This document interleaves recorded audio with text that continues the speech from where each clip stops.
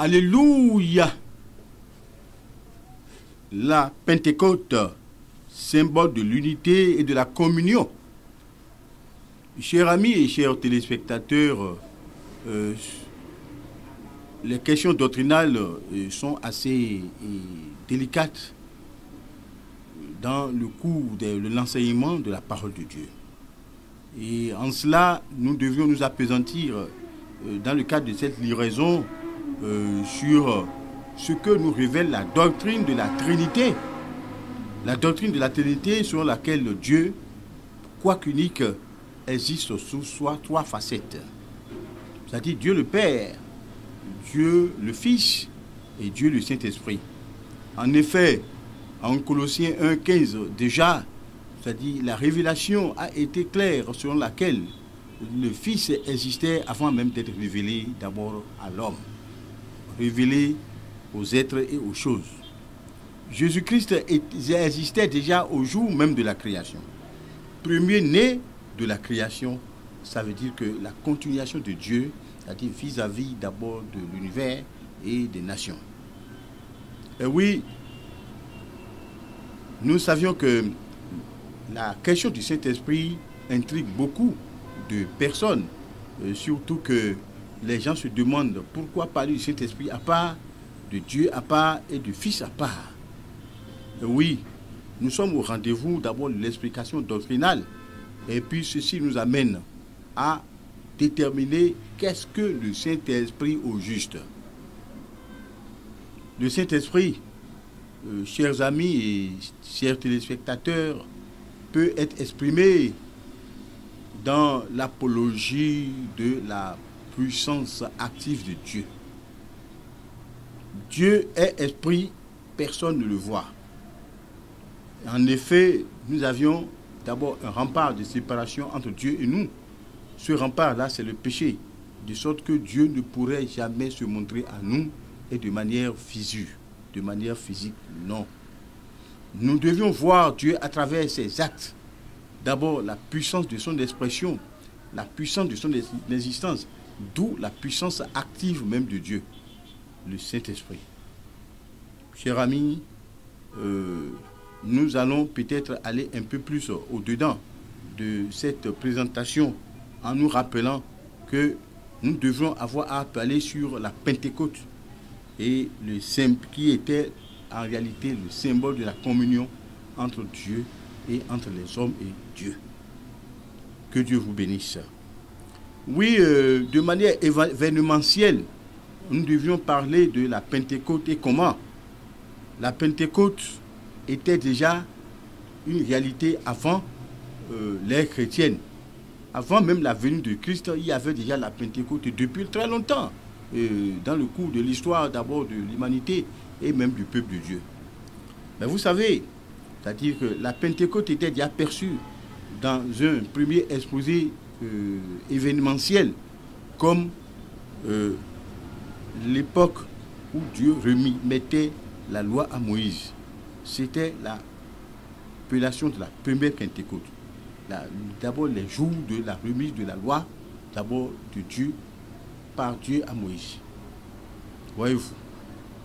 Bon, le deuxième pôle événementiel, on allait dire, c'est que là, c'est l'après Jésus-Christ dans l'explication de la Pentecôte. Évidemment, cette Pentecôte-là, c'est le jour de la descente du Saint-Esprit, d'abord sur les apôtres, et tout ceci dans l'apanage de la Galilée, à Jérusalem. Et voilà, des langues de feu étaient tombées sur les apôtres. Les disciples ont reçu d'abord une puissance. Et cette puissance leur permettait, et sur les lieux, et de manière instantanée, d'émettre et de dire la parole qui venait de Dieu, et ceci dans toutes les langues des gens présents à Jérusalem. Au grand rendez-vous de Jérusalem est le signe de la révélation d'abord de Pentecôte aux yeux des personnes du Nouveau Testament. Chers amis et chers téléspectateurs, notre enseignement continue parce que les manifestations du Saint-Esprit sont des manifestations qui révèlent Dieu d'abord aux nations, révèle Dieu aux ennemis, aux individus. Excusez-moi, bon, l'ennemi premier de l'homme, c'est Satan. Mais par la puissance du Saint-Esprit, d'abord les anges, d'abord qui n'ont pas connu la rébellion, ont été vainqueurs devant d'abord les anges de la rébellion, les anges cachés devant Satan. Mais vous savez, dans Apocalypse 7:12 plus précisément, 12:7 plus précisément, vous devez voir comment Satan a été combattu pour tomber dans l'abîme, dans l'univers. Et ceci, Satan a été repoussé par une puissance qui dépassait d'abord la sienne. Il s'agit aussi d'une manifestation de la puissance d'abord de l'Esprit Saint, qui est incarné à travers les anges de la délivrance, l'archange Saint-Michel et sa légion, qui ont poursuivi et pourchassé Satan et pour le bouter en dehors d'abord de la grandeur, de la profondeur des cieux. Il est descendu dans l'univers et dans le monde.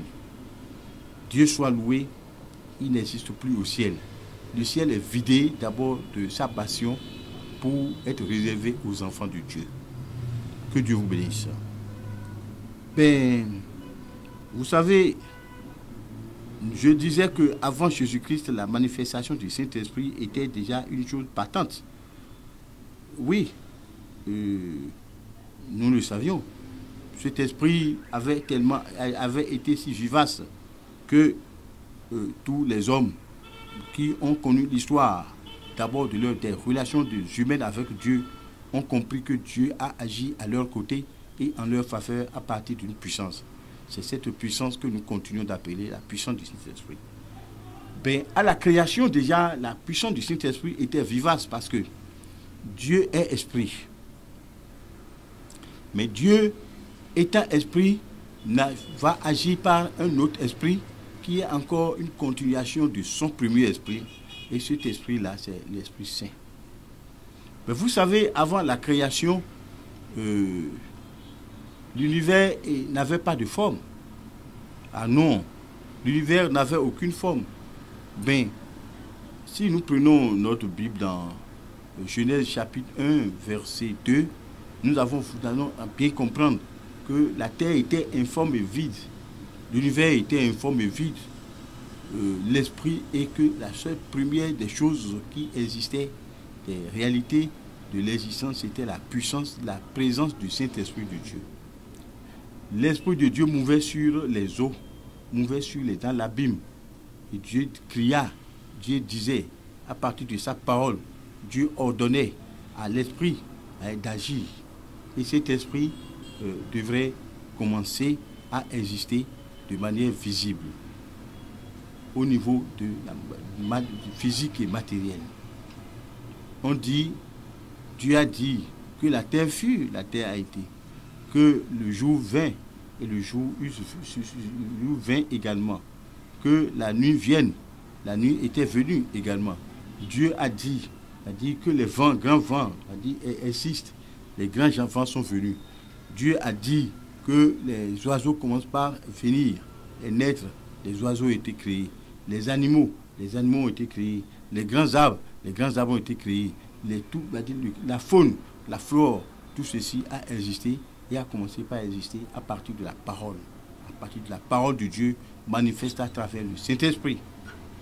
Voilà une démonstration première de l'Esprit Saint de Dieu. À travers les âges, la révélation du Saint-Esprit était quand même chronologique. Vous voyez la révélation même de Dieu à travers la démonstration du salut du peuple d'Israël.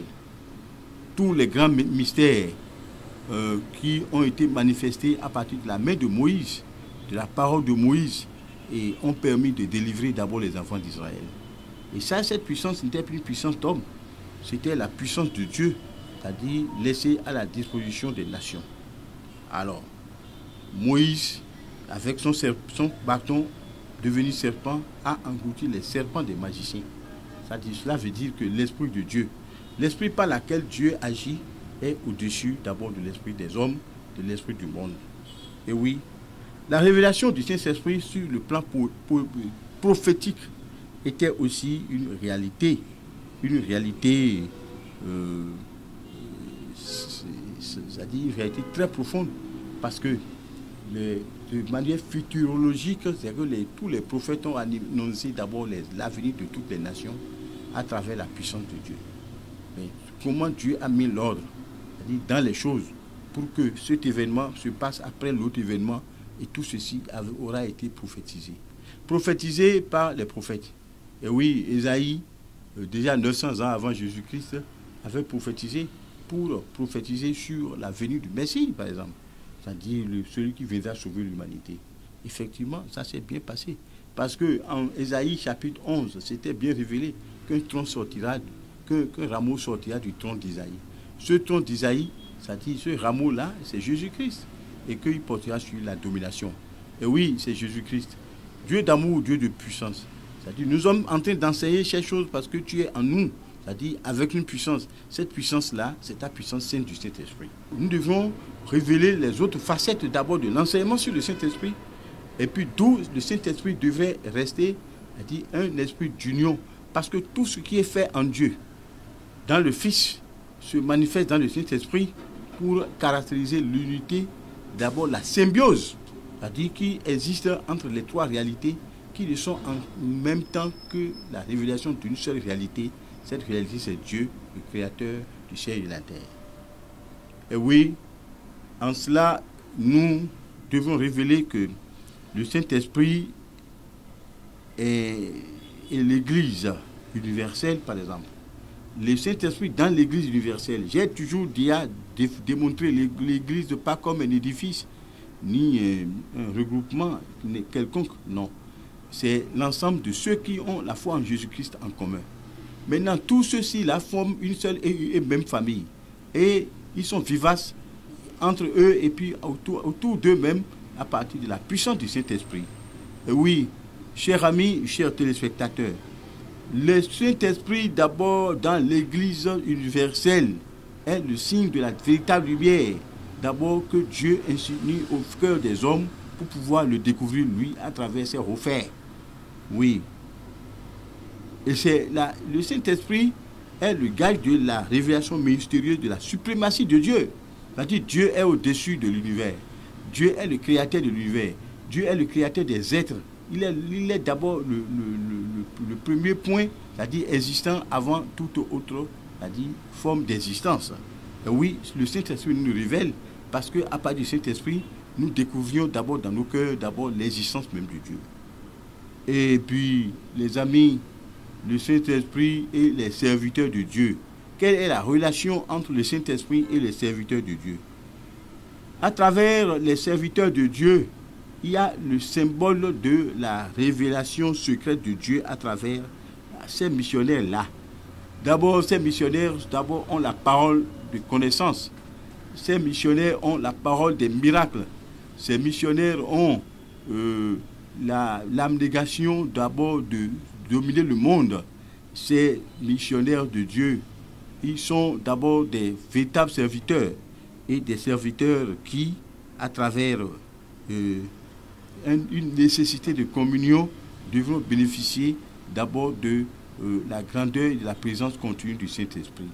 Chers amis et chers téléspectateurs, et si nous devions d'abord nous illustrer à partir de Actes chapitre 12, des versets 4 à 8, nous voyons la manifestation du Saint-Esprit à travers la main et les personnes des serviteurs de Dieu. Et puis, dans l'ordre de classification des serviteurs de Dieu, nous prenons toujours Acte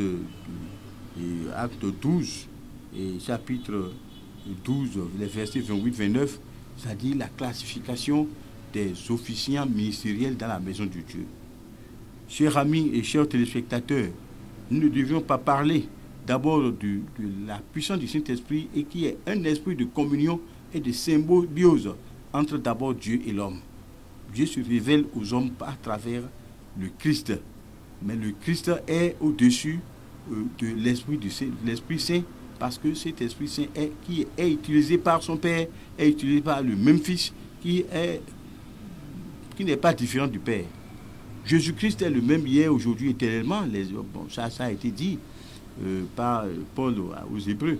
Oui, mais il est le même. Il est dans sa grandeur unique depuis toujours. Et puis, il est le gage du salut pour l'humanité. Donc, le Saint-Esprit, esprit de communion, d'unité, de symbiose, c'est ce que nous venons de vous enseigner. Que Dieu vous bénisse abondamment, que sa grâce soit infinie en vous et que vive le Christ jusqu'au jour le plus profond du royaume des cieux, au nom du Seigneur Jésus-Christ. Amen.